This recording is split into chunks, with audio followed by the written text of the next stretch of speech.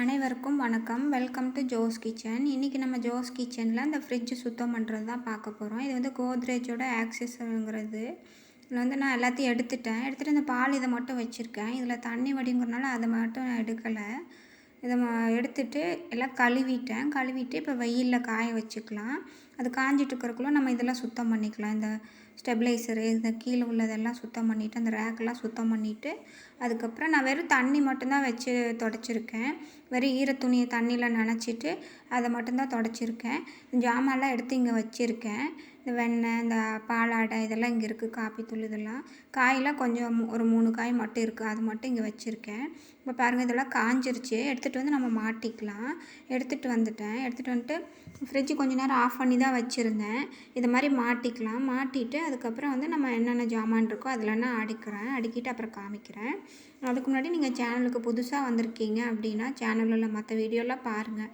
பார்த்துட்டு உங்களுக்கு பிடிச்சிருக்கு அப்படின்னா ஜோஸ் கிச்சன் சேனலுக்கு மறக்காமல் சப்ஸ்கிரைப் பண்ணுங்கள். இது உங்கள் ஃப்ரெண்ட்ஸ் கூடயும் ஷேர் பண்ணிக்கோங்க. இப்போ இதெல்லாம் மாட்டிட்டு இப்போ இந்த ஜாமான்லாம் அடுக்கிட்டு அப்புறமா நான் உங்களுக்கு காமிக்கிறேன். இப்போ பாருங்கள் இது கொத்தமல்லி தழை கொஞ்சம் இருக்குது. அதுக்கப்புறம் பச்சை மிளகா எலுமிச்சம்பழம் அது ரெண்டையும் ஒன்றா வச்சுட்டேன். பாலாடை அப்புறம் வெண்ணெய் அதுக்கப்புறம் எலுமிச்சம்பழம் கட் பண்ண எலுமிச்சம்பழத்தை அதில் வச்சுருக்கேன். அந்த கப்பில் போட்டு வச்சுருக்கேன். இந்த கொத்தமல்லி தழை இதெல்லாம் மேலே வச்சுட்டேன். கீழே வந்து அது புளிச்ச மாவு, இது கொஞ்சம் புளிக்காத மாவு. கருவேப்பிலந்தலை வந்து இந்த டப்பாவில் போட்டு வச்சுருக்கேன். எல்லாத்தையும் உருவிட்டேன்.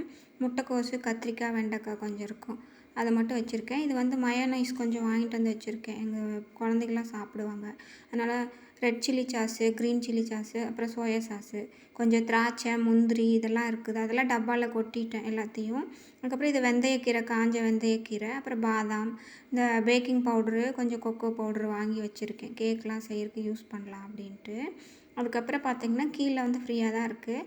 மேலே வந்து இது வெண்ணிலா எசன்ஸு இது வந்து முருங்கைக்காய் பொடி கொஞ்சம் அரைச்சி அதில் டப்பாவில் போட்டு வச்சுருக்கேன். அதையும் இங்கேயே வச்சுக்கலாம். இதுக்கப்புறம் மேலே வந்து அவல் கொஞ்சம் தேங்காய் ஒரு மூடி சின்ன மூடி இருக்குது.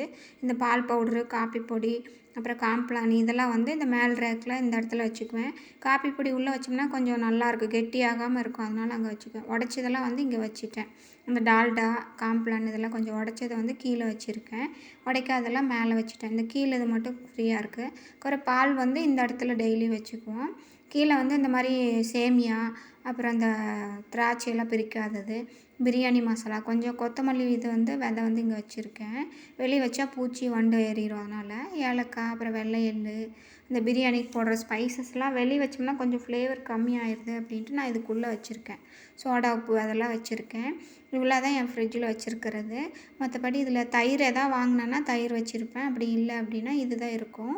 இவ்வளோ தான் எங்கள் ஃப்ரிட்ஜ் ஆர்கனைசேஷன். இந்த வீடியோ பிடிச்சிருந்தால் லைக் பண்ணுங்கள். இந்த கவரில் வந்து ஷாம்பு அப்புறம் கேஸ் கவரு மேலே வந்து இந்த மாதிரி மெழுகுவத்தி அந்த ஸ்கெட்ச் பென்சில் போட்டு வச்சுருக்கேன். கண்ணாடி இது ஸ்ப்ரே பாட்டில் சும்மா தண்ணி ஊற்றி வச்சுருக்கேன் செடிக்கு அடிக்கிறதுக்காக. இது வந்து பழைய ப்ரஷ்லாம் இதில் வச்சுருக்கேன் எதாவது க்ளீன் பண்ணுறக்காகும் அப்படின்ட்டு. வீடியோ பிடிச்சிருந்தால் லைக் பண்ணுங்கள். ஜோஸ் கிச்சன் சேனலுக்கு சப்ஸ்கிரைப் பண்ணுங்கள். தேங்க்யூ.